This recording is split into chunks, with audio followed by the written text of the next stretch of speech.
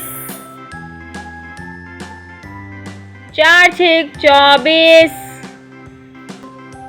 4 सते 28، 4 अठे 32، 4 नेम 36، 4 दाएं 40۔